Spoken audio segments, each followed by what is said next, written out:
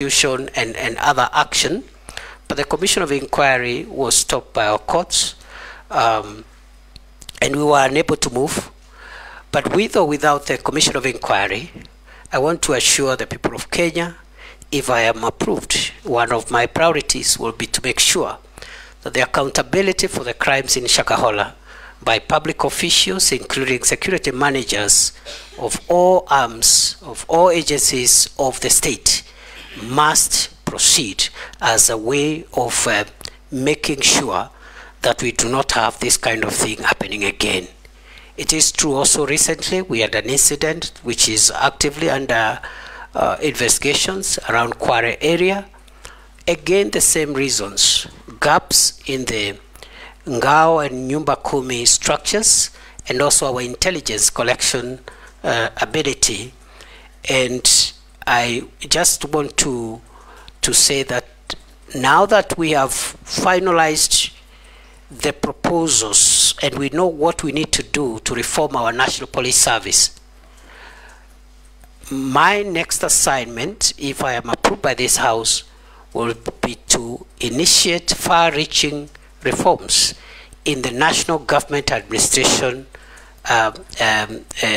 system to ensure that we restructure the Ngao system, make it more responsive, modernize it, and distribute it to the lowest level in a manner which helps us to avoid incidents like this when we have serious security breaches, yet we have government officials paid by the people of Kenya to make sure that the country is safe.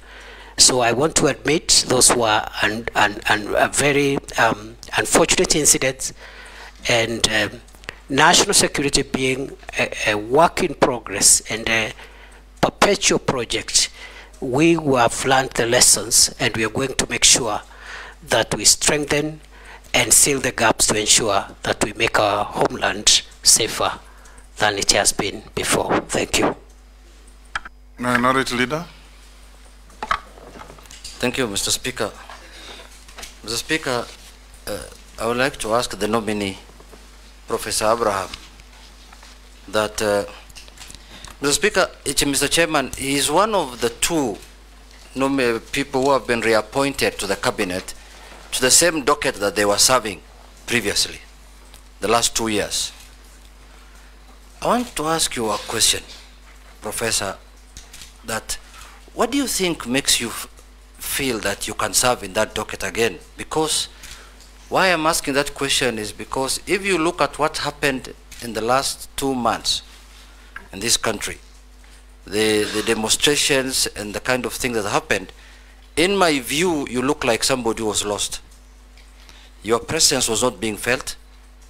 Your omnipresence was not being felt, if I may say so, because you could see abductions were happening, human rights abuses were happening, but the minister's voice was not being heard in that situation. What do you think, what makes you think that you can serve again in the same docket? But the next question is that you have also seen widely, you have been widely accused the last 2 months or the last 1 year that you've presided over human rights abuses from time you've been appointed CS till last month.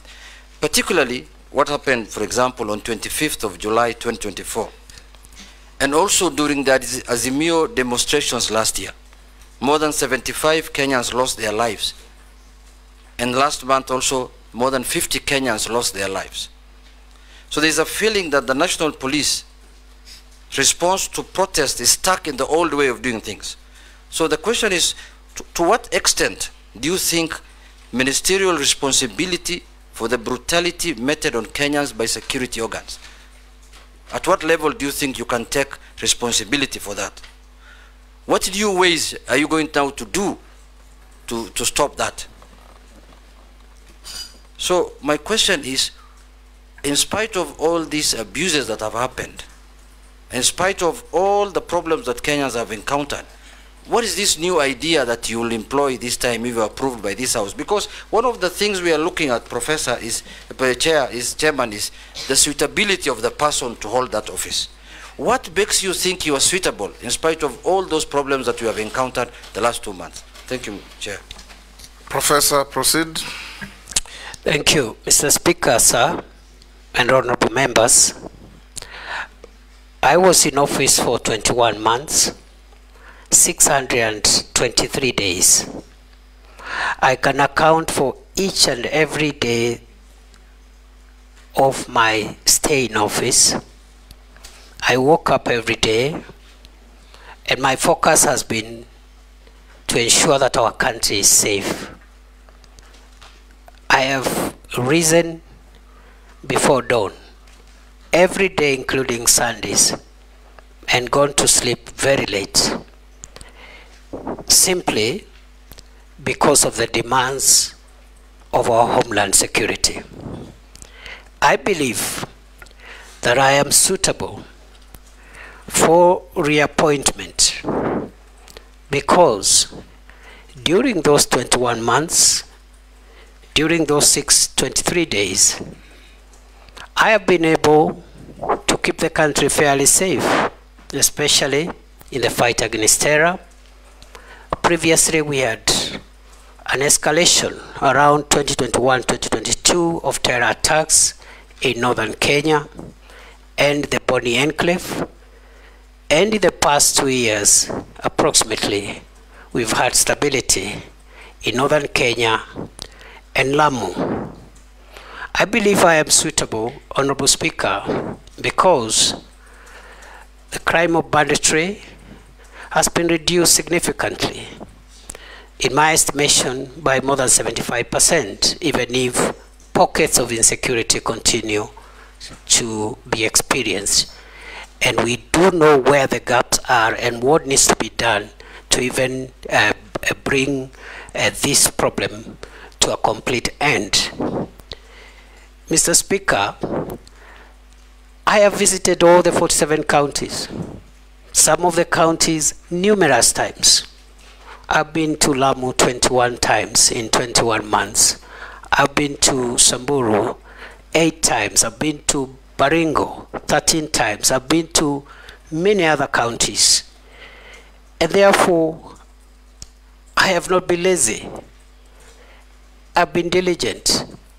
And I've conducted myself within the parameters of Article 73, which requires me to conduct myself in a manner that brings honor to the nation and dignity to the office I hold. I have worked with officers at the headquarters, but I've also sat down in numerous meetings to work with officers at regional, county, and sub-county levels to make sure that we share decision-making processes and decision implementation processes. I believe, Mr. Speaker, the question has been directed to the events of the recent weeks. And I want to respond as follows. That the reason that I didn't talk every day is because the events the Honorable Member is referring to were mainly operational issues. The work of the Minister, the Cabinet Secretary for Interior, as envisaged in Article 245 of the Constitution, is to give the organs of national security that fall under that ministry policy direction and policy guidance, and in particular because we are talking about the police.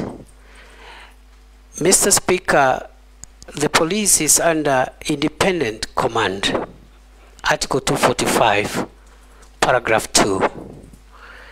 There are only two people who can give the Inspector General of Police directives. First, the Cabinet Secretary for Interior, but only on policy issues. Number two, the the Director of Public Prosecutions in matters in investigations of criminal activities. Other than that, operational matters are handled by the command of the National Police Service, and therefore the Minister doesn't give operational directives.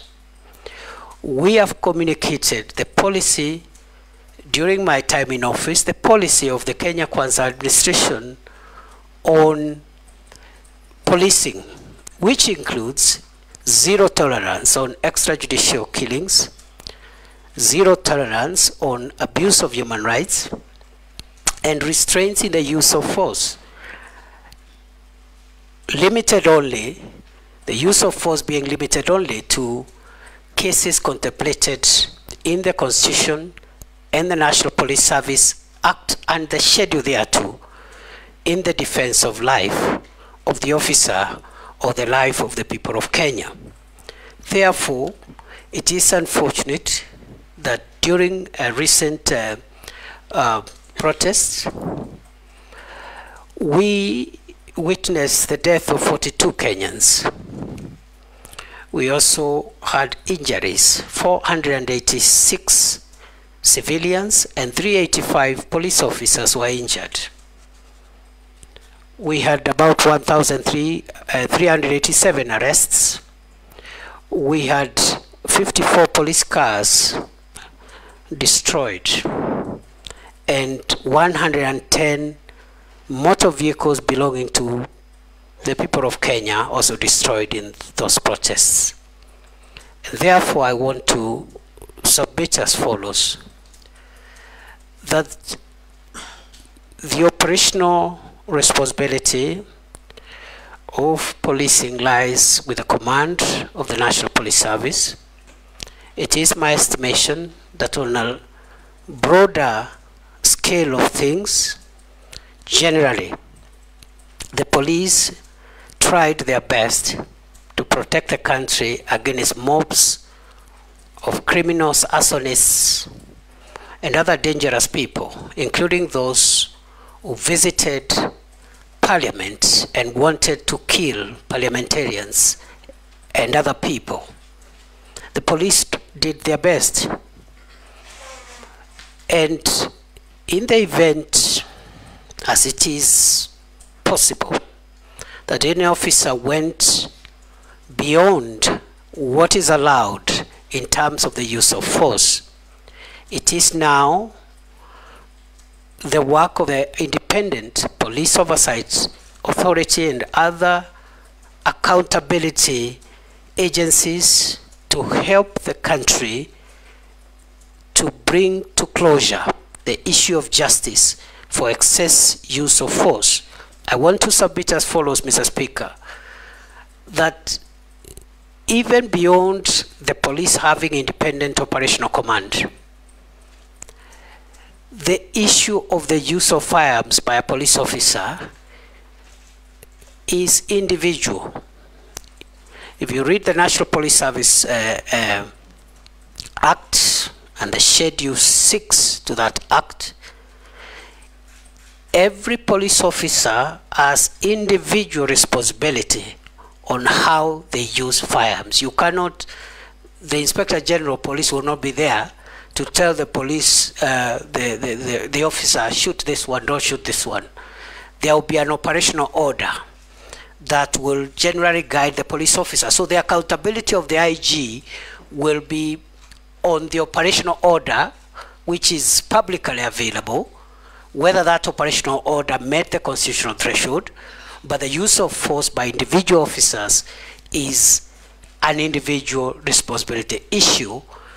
Other than that, I commend generally those officers who tried their best in very difficult circumstances to help the country come to terms with what happened, and hope and will see to it, if I am reappointed, that the accountability for those who violated the law is pursued conclusively. I submit.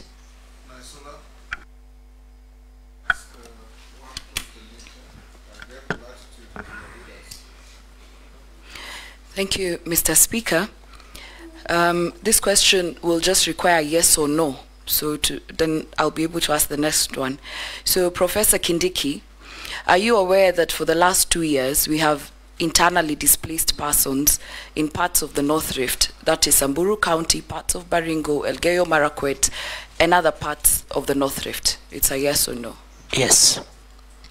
So if this committee finds you suitable to hold this office again, what measures will you put in place to see that these families go back to their homes, and especially going children will go back to school and people can go back to their homes and live peacefully?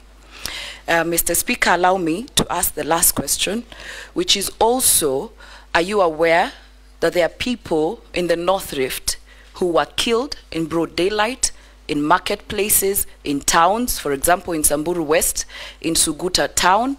There have been abductions, and this current administration, which you served in, during its campaigns and has continuously said that you will not have issues of abductions, issues of extrajudicial killings, but I want to put it across to you that it has been happening. There are people in those counties who are missing to date. They have been abducted. I want to ask you whether you're aware, and we have sufficiently been informed that it is alleged that it is security officers who have abducted these people. Is that one of your measures of ensuring insecurity is settled in these areas? And do you think, as a professor of constitutionalism and ensuring we follow the Constitution, is that the right way in ensuring fair justice even to those who are accused? Professor? Mr. Speaker, now that the kinetic operations that we launched in February 2023 has yielded significant fruits, the issue of the North Rift will not be complete until those that were displaced because of the violence meted upon them by bandits, groups and gangs are returned to their homes. And therefore, it is going to be my priority, if I am approved by this House, to make sure that in line with the rights of every Kenyan under the Constitution and the relevant instruments, including international instruments on the prevention of internal displacement, we're going to resettle, facilitate the resettlement and reintegration of all communities that were displaced by the menace of banditry. Secondly, I've been asked to respond to the allegations about abduction. During my tenure as minister, I made it clearly, I made it clear to the police that abductions, extrajudicial killings, and extra-constitutional means of apprehending offenders is against government policy, is against the Constitution, is against international law. I must hasten to say my observation, because I have been in the front line more than any other place, especially in North Rift, in northern Kenya, and the Boni Enclave. The officers who served in the special units in counter-terrorism and counter-banditry, the formed-up units, have been quite professional, generally. But just as I've said in the previous question, in the event there are any infractions, there are any reported infractions and excesses by the special forces that are helping us to fight banditry, again, IPOA and other accountability mechanisms must be put in place to ensure that we do not spoil the very good work that is being done by our officers in the front line. Some of them have died, others have lost limb. officers have been destituted. Point of order, Chairman, I was saying that, the nominee is a professor, and professors teach in the university, so he can answer questions like someone who's in class teaching us. I was requesting through the chairman that he can do faster. Chair. Professor, be concise and precise and to the point. I submit. Thank you. Nelson, we'll just come round. Yes. Thank you, Honorable Speaker. Professor Kindiki, it's unprecedented that twice in 2 years we've had to apply Section 241 of our Constitution in deploying our officers, our military officers, to back up the police, both to quell the protest and initially sent to the North Rift. What exactly is the state of our police force? There are so many things that are flying around, gossip, that number one, our officers, police officers could be demoralized. Number two, is there a situation that you feel the police at some point are very hesitant to execute some of the assignments they're given because of lack of morale? And you as a CS, the accusations that you've not helped in boosting the morale of our police officers. What exactly is the state of our police force? Professor? Mr. Speaker, yes, we have applied Article 241 twice. And I think there is nothing abnormal with that, Mr. Speaker, because that is why that article exists. So that whenever there is need, the National Police Service may request the support of the Kenya Defence Forces to handle either an emergency or a disastrous situation. On the case of the North Rift, it was important to get the support of the KDF because at that time the National Police Air Wing had collapsed. Right now it's operational. We didn't have air assets, we didn't have adequate long-range and manned aerial vehicles, and therefore we needed the support of the military. But the effort in North Rift is police-led. In fact, the military has been supportive in the periphery. It's police-led. Even in terms of numbers, we have 4,500 police officers against less than 1,000 KDF officers. With regard to the recent emergency we had, again, what we had on 25th of June was unprecedented. And our calling of the KDF was simply to put them on standby should they be needed. And you've seen they have not been needed. But it was a precaution because the criminals who wanted to ban Parliament were also threatening to ban State House and other critical installations. So if that was not reason enough to put KDF on standby legally, I don't think any other situation would have met threshold, because what we faced in the last month, in our view, was existential threat, not just to the arms of government, but to the state itself. And therefore, the police is in good shape. There are issues of welfare, which we are handling. I've already mentioned about the salary increments, which we have started implementing. There's issues around housing.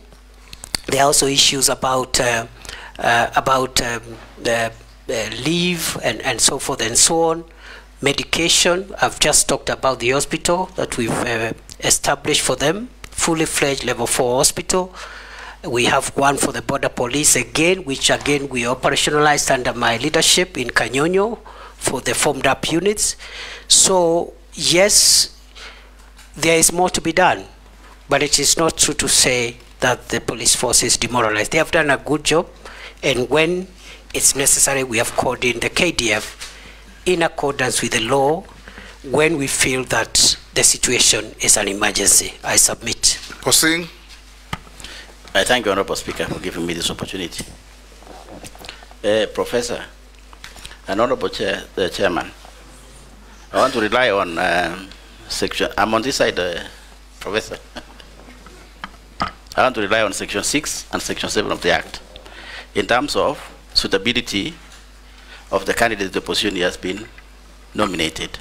And in this respect, Honorable Speaker, I want to take the Minister in terms of suitability on his credibility in terms of respecting what he says, in terms of implementing what he says. Because this is the second time he's been given a chance. And Speaker, I want also the nominee to know that absence of war is not necessarily peace. Whatever is happening in the North Rift, Honorable Speaker, there is relative peace. There's no war, but it might not necessarily mean peace. What am I saying, Honorable Speaker? The candidate, as an example, the candidate came to the North Rift. We had engagement as leaders of the North Rift, and specifically West Pokot County, as an example of the entire country. I don't know what happened, so what the minister did in the other places, but possibly maybe he did what he did in West Pokot, which is we agreed on a number of issues, Honorable Speaker, in terms of strategies of bringing peace, including establishment of sub-locations or bringing even the security near to the people so that we avoid the Shakahola things and so on. And the minister agreed with the Honorable Speaker with us in West Pokot. And we also agreed to put security in strategic areas. It might happen in other parts of the country. The minister agreed. And Speaker, nothing happened. Nothing has happened so far.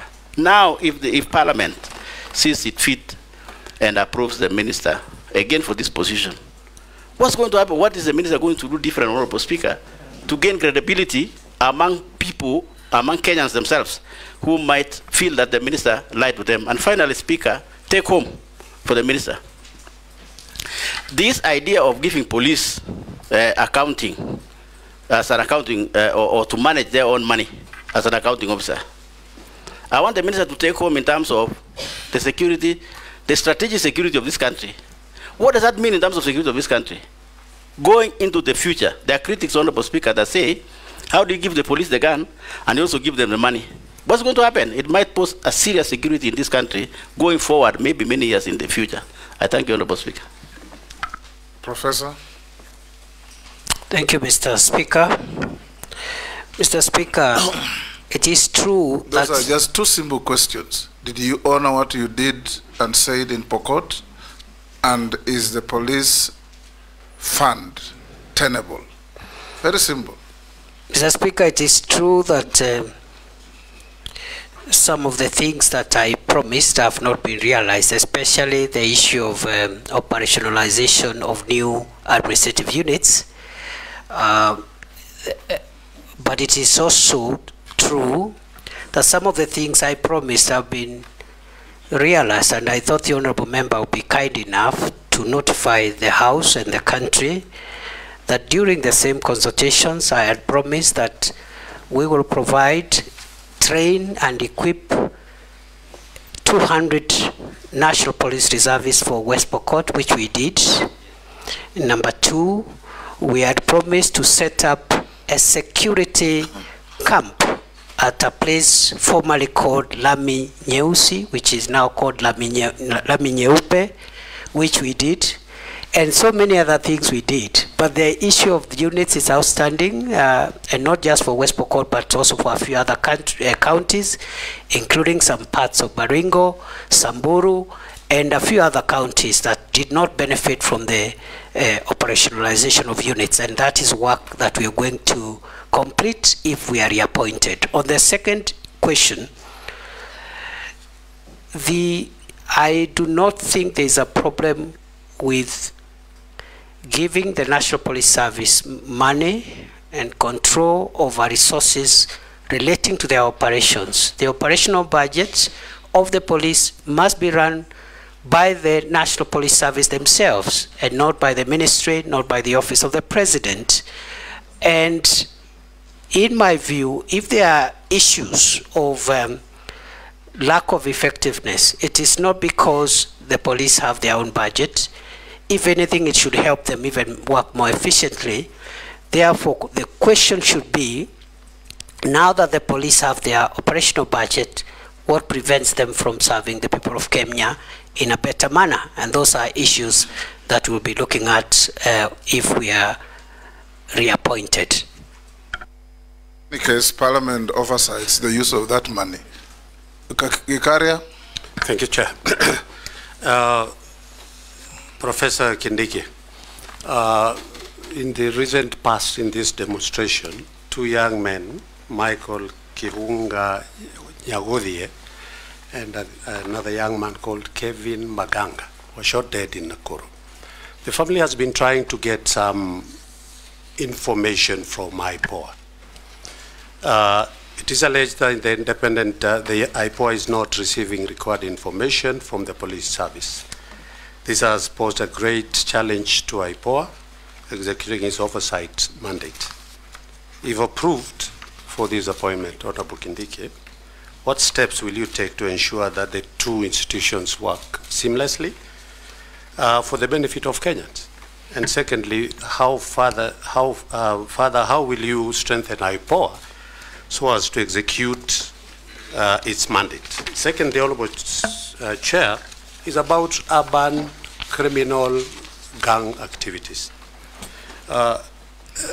In the urban areas, particularly in Nakuru, a criminal gang called Confirm, which by what the citizens claim has brought about 5 deaths in every month and hundreds of injuries.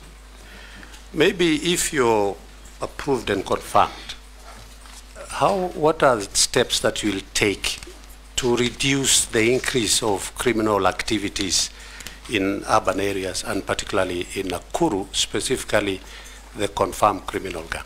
Thank you, Chair. Professor. Mr. Speaker, on the first issue, the relationship between IPOA and the National Police Service is an ongoing conversation, and it's not unusual. It happens all over the world that the police and the bodies oversighting them have normal institutional tensions.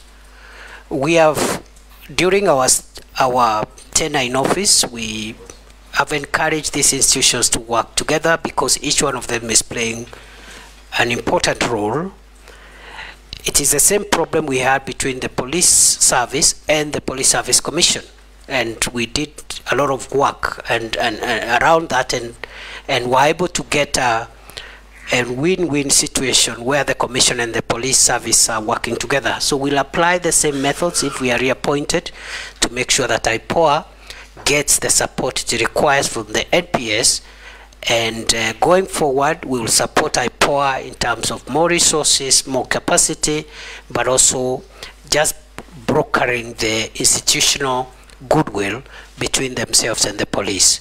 The second question, Mr. Speaker, is on the criminal gangs. It is true, we have had a gang in Nakuru known as Confirm, and urban crime is a major issue. When I took over as CS for Interior, October 2022, there was a lot of gang violence and gang crime in Nairobi. We've been able to reduce and suppress the Nairobi urban criminal activity significantly. We hope that the Nakuru matter could also be resolved, and before I was dismissed from office, I had had a meeting with the leaders of Nakuru County, and we had agreed that according to the feedback the leaders gave us, we needed to change the command, because sometimes many of these performance issues are based on the right command. So we are going to work on it to ensure that we eliminate that gang and other urban gangs in Mombasa and a few other towns that are suffering the same problem.